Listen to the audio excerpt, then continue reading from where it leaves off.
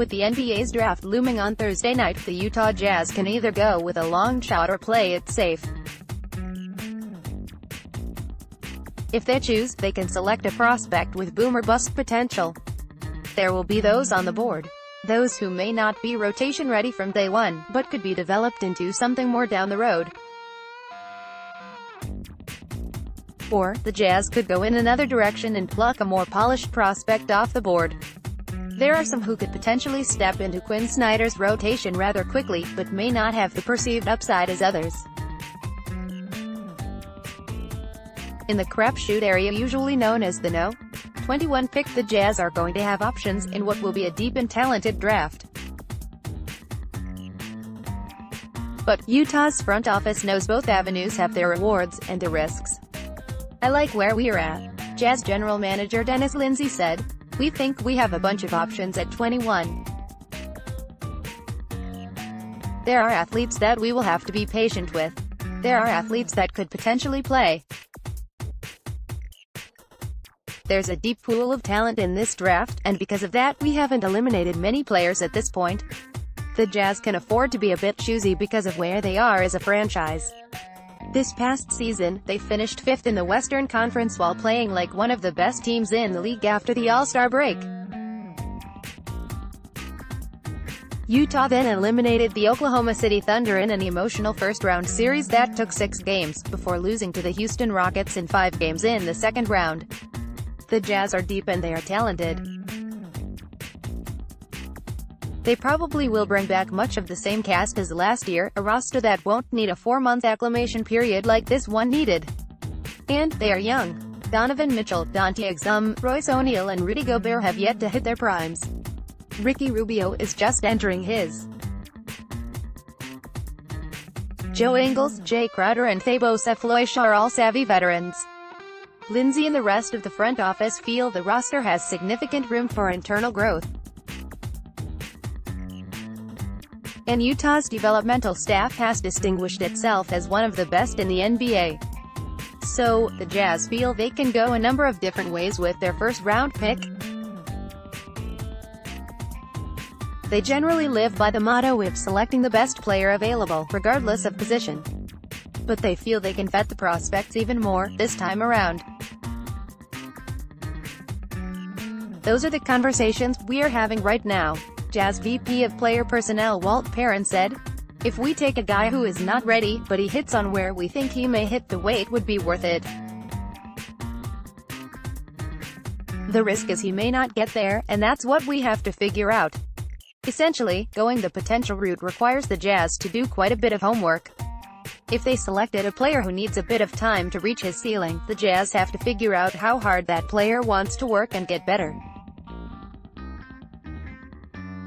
They've done this before in Lindsey's tenure, with Dante Exum and Trey Lyles and Rudy Gobert. They've gone the safe route with Rodney Hood. Mitchell represents something different, and a mixture of what the Jazz are trying to accomplish on Thursday. He was the rare prospect, emphasis on rare, with NBA readiness and significant upside. Mitchell was rotational from day one.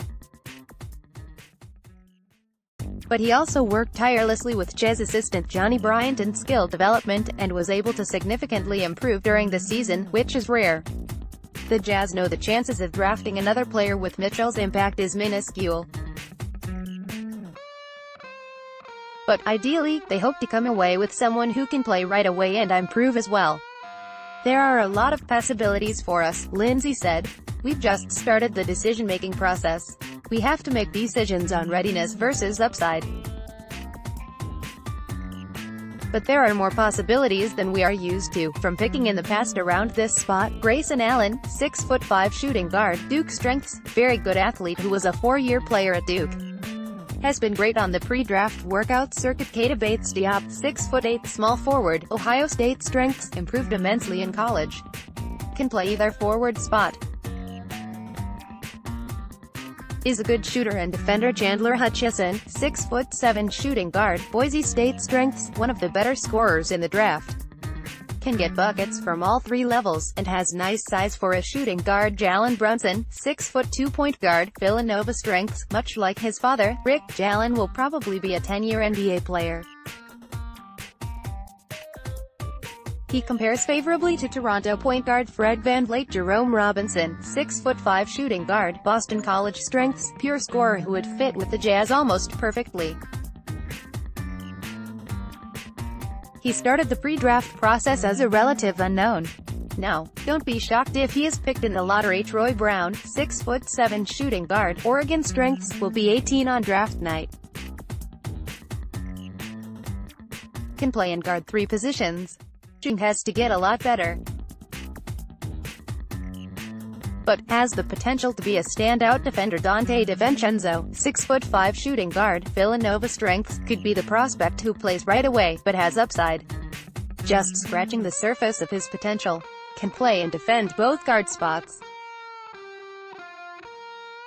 Is a high-level athlete and scorer. Kevin Huerter, 6'7" shooting guard, Maryland strengths, terrific shooter, one of the best in the draft. And is more than a shooter offensively. Is still growing into his body. Has a chance to be a significant defensive talent. Anthony Melton, 6'3" shooting guard, USC strengths, a high-octane athlete. He's a sleeper first-round pick. If he becomes a better shooter, watch out.